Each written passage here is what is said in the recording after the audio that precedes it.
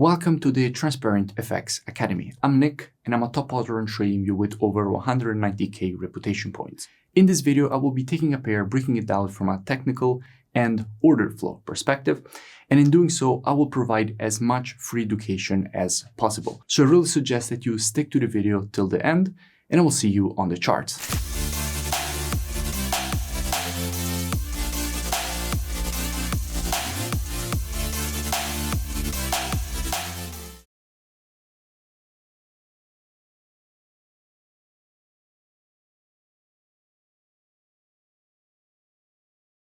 In today's video, I want to speak about USDCHF because we do have quite interesting price action and structure.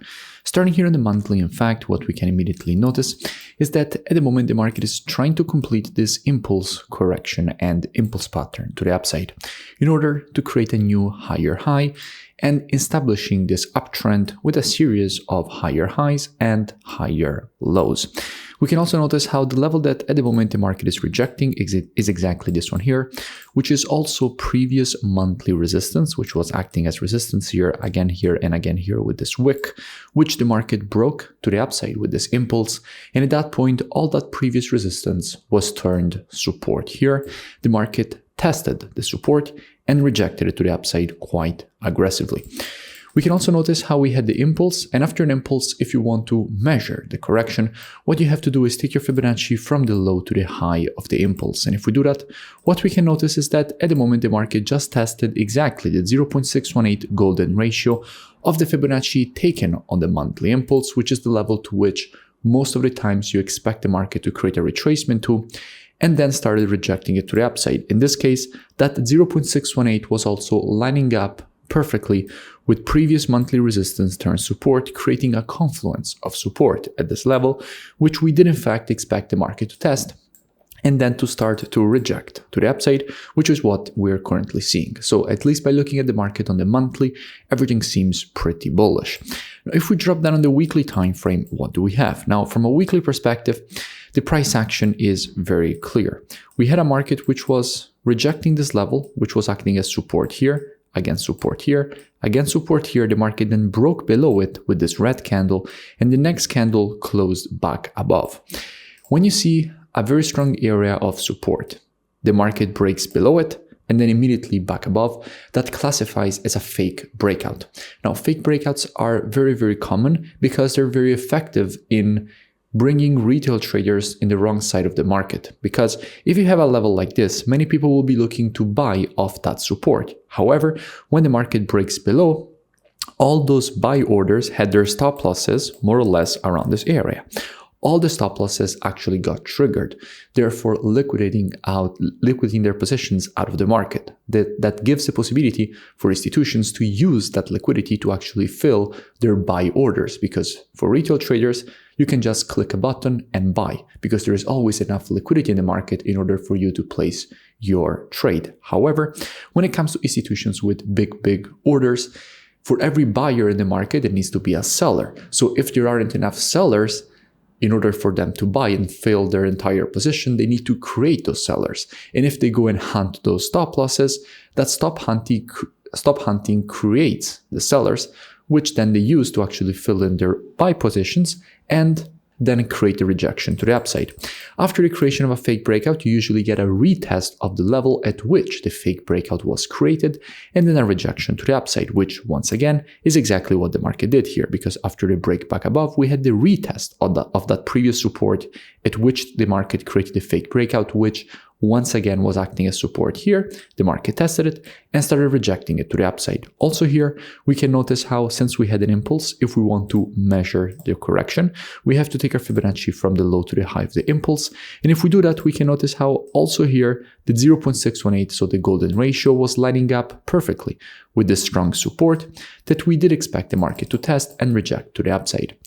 Dropping down the daily time frame, what do we have?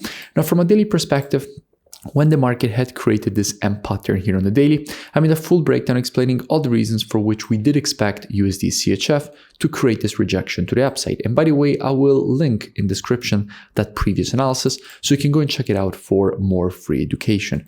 But now that the market has created a move, where do we have the next structure from a daily perspective. Now here on the daily time frame, what we must notice is that now we have this level here, which was previous daily resistance, which is now turned support. At the same time, however, if we look left, we can notice how this level here was also previous support, which is now again support here. So actually all this zone here, which is around this area, this is all an area of very strong support because it is also lining up with the support that we have on the monthly or weekly. So around this area, we could see the market create another test from a daily perspective. And from here, there is a good probability that we could see a rejection to the upside. Now, if we go and see what we have when it comes to the commitment of traders, so the COT data, which is what the non-commercials, so the biggest speculators in the market are doing, and we check the data specifically for the CHF, what we can notice is that with the last reports, net positions have been decreasing. We went from having minus 2.2k net positions, one of the highest readings that we had in quite a long time, all the way down to now having once again minus 6.7k net positions, so almost 3 times lower. And what we can notice here is that shorts are actually getting increased and longs are getting decreased from 11k to 8k from an institutional perspective, and shorts getting increased from 11.9k all the way up to 14.9k. What this shows is that there is interest in the shorting side of the CHF, which means to the bullish side of USDCHF, because always remember that all currencies on the spot are traded against the USD. So if you're checking the data for the CHF, you're actually checking CHF USD. But if you want USD CHF, then you have to simply reverse everything, which in this case indicates that there is definitely a possibility for the market to go and create a correction to this area and then reject that zone to the upside. So if the market will actually provide a correction to this area, how we could be approaching a potential rejection higher. Now, as usual, trading is reactive and not predictive. The monthly, weekly, and daily, those are the best time frames from a directional perspective. However, when it comes to confirmations and entries, the best time frames are the intraday time frames, so 4 hour and lower.